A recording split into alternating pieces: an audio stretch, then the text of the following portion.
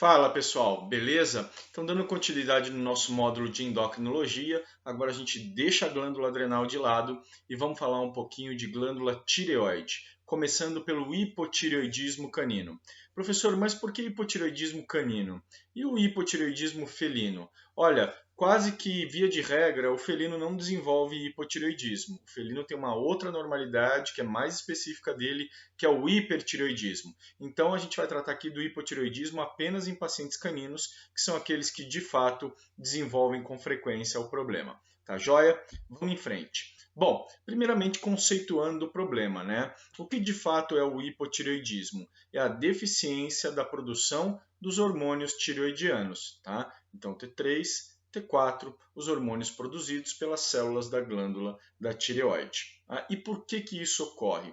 Da mesma maneira que a gente falou para o hipoadreno, que havia uma destruição da glândula adrenal, aqui não é muito diferente. Há também um processo primário envolvendo a glândula tireoide. E normalmente este processo primário é uma tireoidite linfocítica, ou seja, um processo inflamatório repleto de linfócitos envolvendo a glândula tireoide, ou uma atrofia tireoidiana, né? Uma perda de parênquima funcional. Não se sabe exatamente se a atrofia, na verdade, é um processo final de tireoidite, não se tem muita certeza a respeito da diferença entre esses dois processos patológicos. Mas o que você precisa saber é que existe uma enfermidade primária da glândula tireoide que compromete a sua função.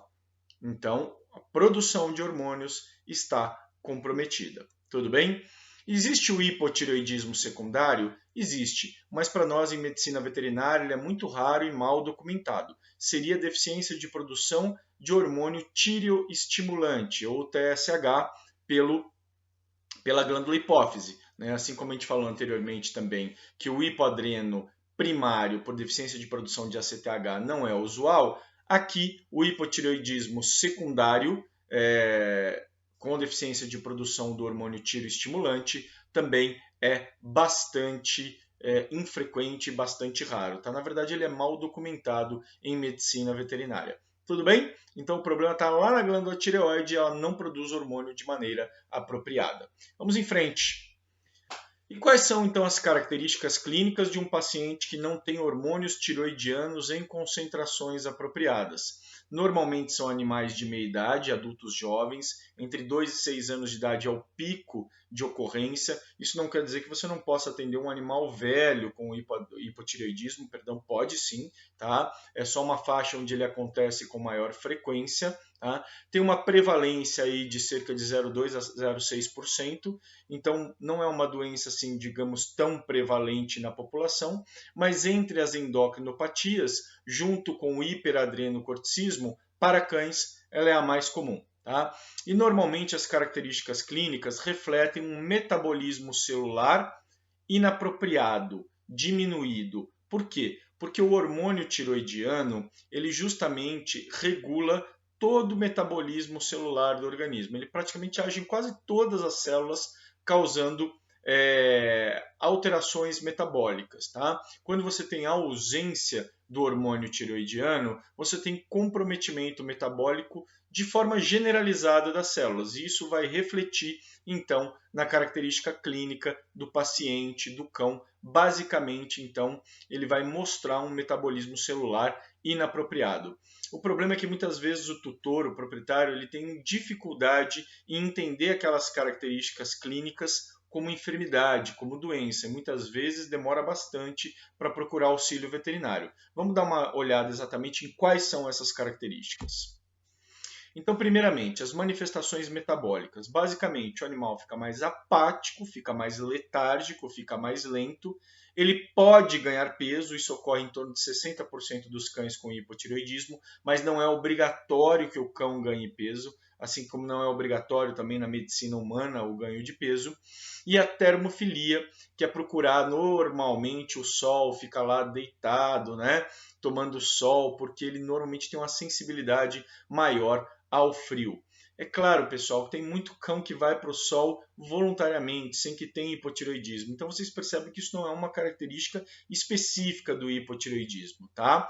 Mas Chama atenção, não custa perguntar na anamnese, é mais uma informação para acrescentar. No ser humano, isso é mais fácil de ser pontuado, né? Eu sei isso porque minha irmã tem hipotireoidismo e quando ela começou a manifestar a doença era uma coisa impressionante, pessoal. Chegava 5h30, 6 horas da tarde, ela estava caindo de sono. Às vezes era verão, estava um calor desgraçado, ela se enfiava debaixo do edredom, morria de frio e dormia assim, nossa, como se não houvesse amanhã. Uma coisa maluca, assim. E aí diagnosticou o hipotireoidismo, começou a tomar um remedinho e melhorou de todos esses problemas, tá bom? Então tá aqui só para ilustrar, né? Letargia, apatia, aquele cão sonolento, com pouca atividade, principalmente se ele era um animal que tinha uma atividade normal e vem mudando o seu comportamento, né? Tem cão que naturalmente é menos ativo. Então é importante você pontuar na anamnese, né, essa mudança de comportamento do animal ao longo de semanas a meses, tá? Então ele era ativo, brincava e de repente, né, ao longo de algumas semanas isso vem diminuindo e a atividade dele mudou ao longo do tempo, tá? Isso é importante ser perguntado. O ganho de peso, né? Essa paciente Golden tem 60 quilos, a Gaia, né? Uma paciente com hipotireoidismo, então vocês podem ver que o ganho de peso pode realmente ser dramático. Aqui só para ilustrar, né, o ganho de peso, tá? Então o paciente fica realmente, pode ficar com sobrepeso ou obesidade mórbida, tá? Dependendo da situação. Por fim, essas são características muito gerais e refletem apenas o metabolismo celular inapropriado. Agora a gente vai ver algumas manifestações mais específicas por sistema. Tá? Primeiramente, manifestações neurológicas. Por que elas podem ocorrer? Existe uma série de características patológicas que podem se traduzir em manifestações neurológicas, tá? Que incluem, por exemplo, um processo de desmielinização segmentar, um processo de axonopatia induzida pela falta de hormônios tiroidianos, pelo acúmulo de polissacarídeos no sistema nervoso central. A gente vai ver que esses polissacarídeos também podem se acumular na pele. Ateroesclerose cerebral, acúmulo de placas ateromatosas em artérias que irrigam aí o sistema nervoso central, mais especificamente o encéfalo. Isquemia transitória ou infartos cerebrais e a hiperlipidemia grave. Então, pessoal, uma série de características que podem, tá? Isso ainda é um pouco teórico, levar a manifestações neurológicas. Eu confesso para vocês que ao longo de muitos anos eu nunca tinha visto um cão com manifestação neurológica de hipotireoidismo. Eu achava que isso era muito mais coisa de livro do que realmente acontecer na rotina, até que eu atendi este caso. Opa!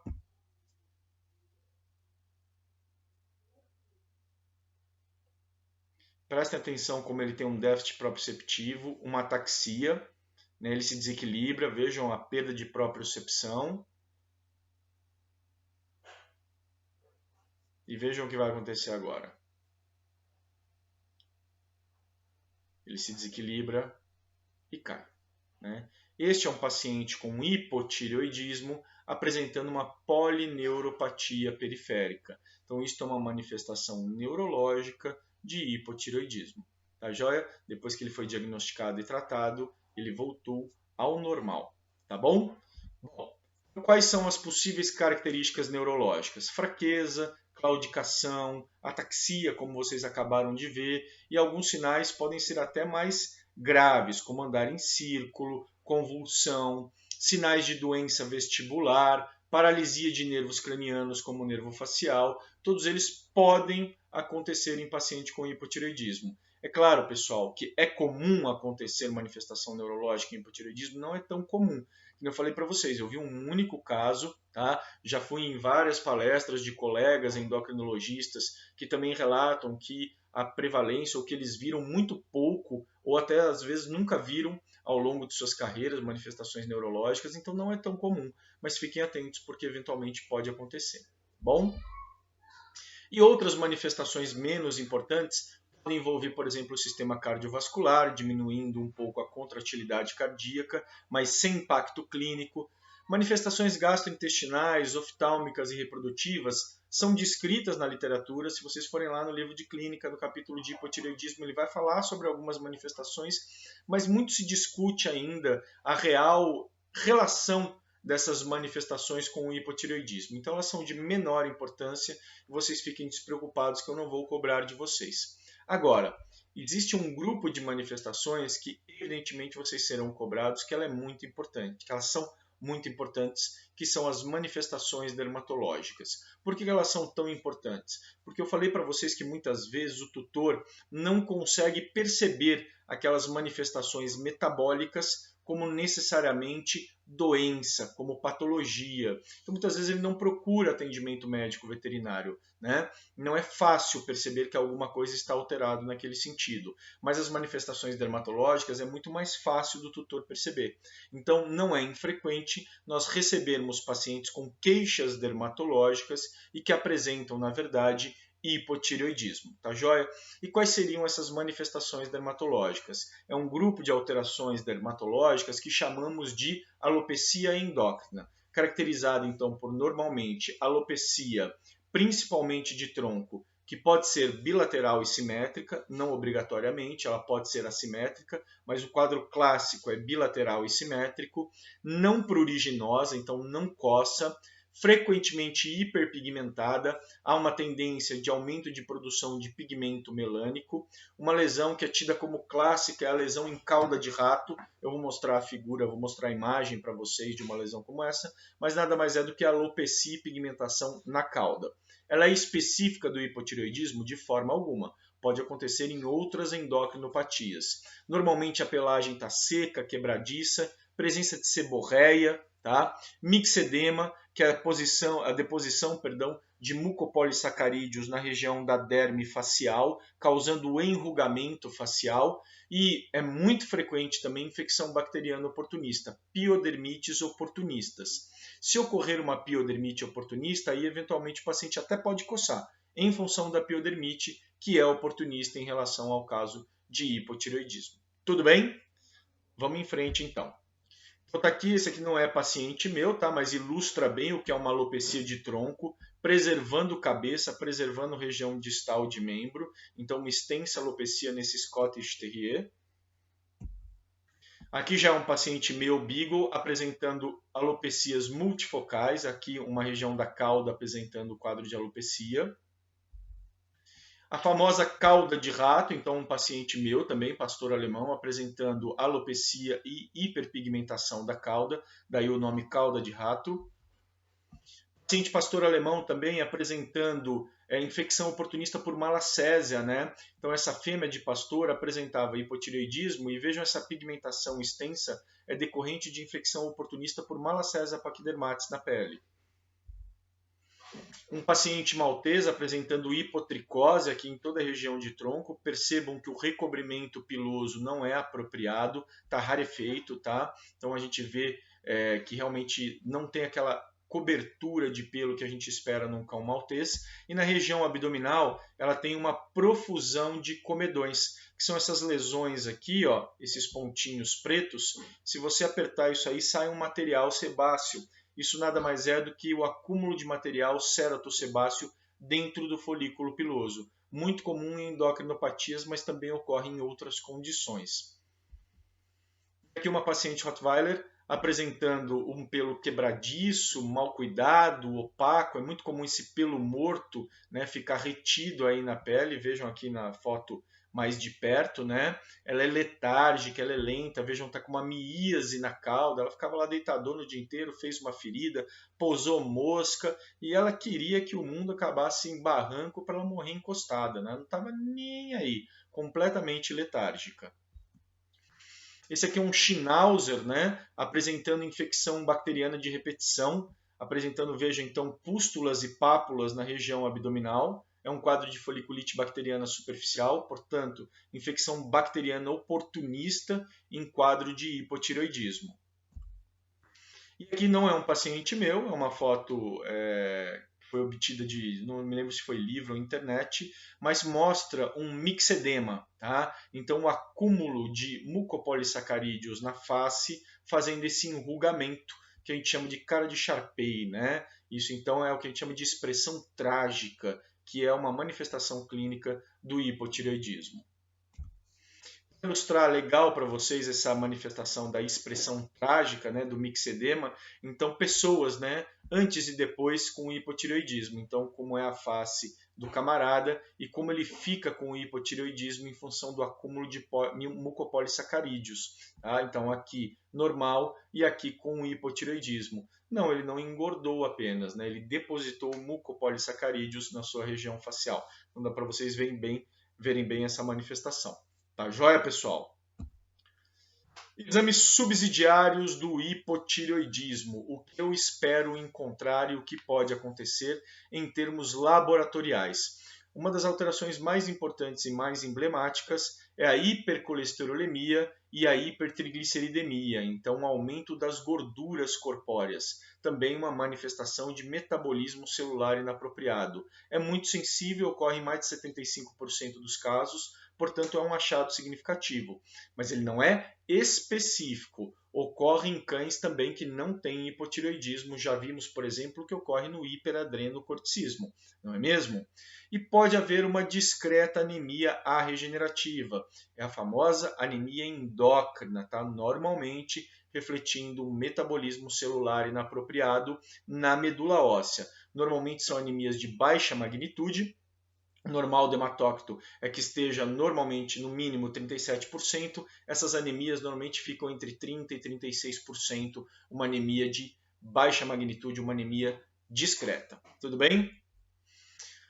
A biópsia de pele, vocês viram que tem muita manifestação dermatológica. Professor, e se eu fizer uma biópsia de pele, vai me ajudar no diagnóstico? A biópsia de pele vai mostrar que, de fato, aquela característica dermatológica é de uma endocrinopatia, mas ela não fecha como hipotireoidismo. Então, o laudo lá anatomopatológico vai descrever as alterações e vai dizer para você, olha, as alterações sugerem uma endocrinopatia. E aí você tem que fazer o diferencial com hiperadreno, hipotireoidismo, hiperestrogenismo, alopecia X, que são outras endocrinopatias. Então, isoladamente, ela não fecha o diagnóstico, mas pode ser um indicativo interessante. E a ultrassonografia, pessoal, pode ser interessante, porque as tireoides podem estar bastante diminuídas de volume e isso também ajuda a dar mais consistência no diagnóstico.